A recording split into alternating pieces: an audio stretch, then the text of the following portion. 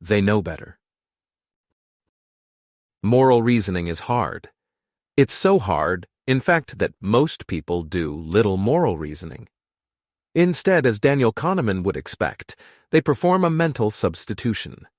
Rather than wonder, what's morally right, they ask, what's socially acceptable?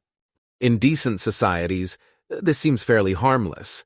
When your society is even selectively evil, however, the substitution is disastrous. Strictly following standard social norms in Nazi Germany, Stalinist Russia, or Maoist China is murder. Which brings us to a pressing question. How do you know whether your society is evil? Or to make matters even starker, how hard was it for the average adult in Nazi Germany, Stalinist Russia, or Maoist China to know that their societies were evil? If people can't readily figure that out on their own, what moral questions can they answer? My claim, figuring out that Nazi Germany, Stalinist Russia, and Maoist China are evil is an easy task for almost anyone, including lifelong members of those societies. How so? By applying two principles that a child can understand. Principle number 1, turnaround. When one child mistreats another, adults routinely ask the offender something like, "Would it be all right if someone did that to you?"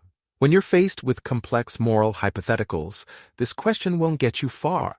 But when you're wondering, is it all right to murder some peaceful but unpopular people, you really can fast forward to the right answer just by asking, if you were a Jew kulak moneylender, would it be all right to murder you? Principle number 2. Bad laws are made to be broken. Virtually everyone in every society regularly breaks the law, and they usually do so with a clean conscience. This is clearly true when the law inflicts great suffering for no good reason. Yet people also routinely break laws simply because the laws are obviously stupid. Well, a few people may claim to always follow the law, but even these stubborn folk spend little time actually studying the laws to ensure they don't accidentally break one. Neither do they feel guilty about their lackadaisical effort to master the body of laws they're nominally determined to strictly obey. And since people already break the law to cut a few minutes off their commute, the idea that they should disobey laws ordering the murder of Jews, kulaks, moneylenders, is only an intellectual baby step.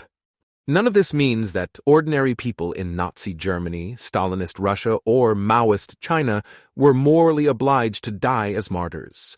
However, it does mean ordinary people in these societies could easily figure out that their societies were deeply evil, and they should at least have covertly strived to avoid complicity. If they failed to figure that out, it is because they culpably failed to apply moral principles they understood since childhood. The moral standards for people who actually formed and carried out these policies were, of course, much higher. I've quoted Spider-Man before, and I'll quote him again. With great power comes great responsibility. Ordinary people have no obligation to devote their lives to the study of moral philosophy and social science. But anyone who wields political power over thousands of human beings, much less millions, absolutely does. October 10th, 2019.